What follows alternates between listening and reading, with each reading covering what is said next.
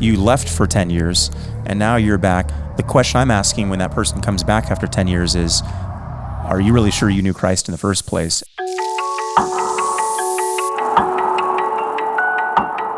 I'm just not familiar with the term perseverance of the saints. Can you elaborate on that? Yeah.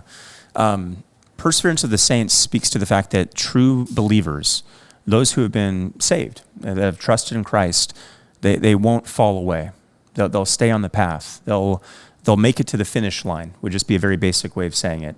And the passages that we would go to for a truth like that would be like John 10, where Jesus says, "Those I know are in the Father's hand, and no one will pluck them away," meaning that we're safe on the way to heaven, to glory.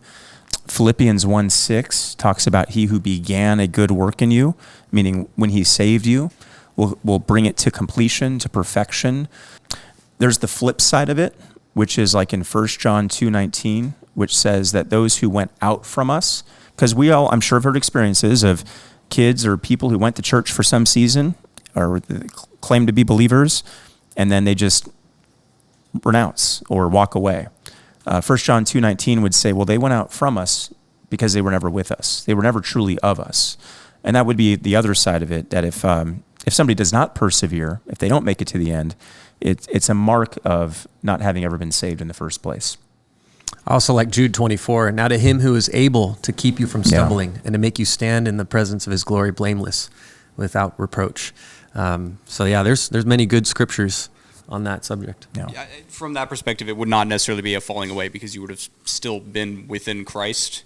It would just completion of the journey, I guess. Yeah, so it would be a case-by-case basis for sure. Mm-hmm. And there would be some folks who would say, if falling away is, I'm using your term, if I just took off for 10 years and lived however I wanted for 10 years, the question I'm asking when that person comes back after 10 years is, are you really sure you knew Christ in the first place? And maybe what is happening right now is he is drawing you to himself for the very first time.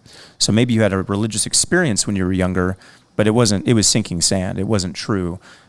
Hence, you left for 10 years, and now you're back, and maybe that's the Spirit now working in you and drawing you, and now we start day one, marching forward. If it's somebody that's like, using a silly illustration from earlier tonight, like, I had a beer, and I violated my conscience. Am I a believer? I wouldn't say that's falling away. Mm-hmm. I would say, well, actually, that sounds like a very tender conscience, which sounds like maybe you really are in the faith, but everything has got to be a case-by-case, person-to-person conversation to see where their passions really lie. Do they love Christ? Do they seek to honor him in all that they do? The one who goes away for 10 years and says, well, I made a profession 10 years ago, but I've lived like, the world ever since, that there's no such category in the Bible. Yeah, mm-hmm. I like what John MacArthur says. He says, it's not perfection, it's direction. Right. What's the trajectory of your life? Are you growing closer to the Lord or growing from him, indicating that you might not be a believer in the first place? That makes sense. Good question.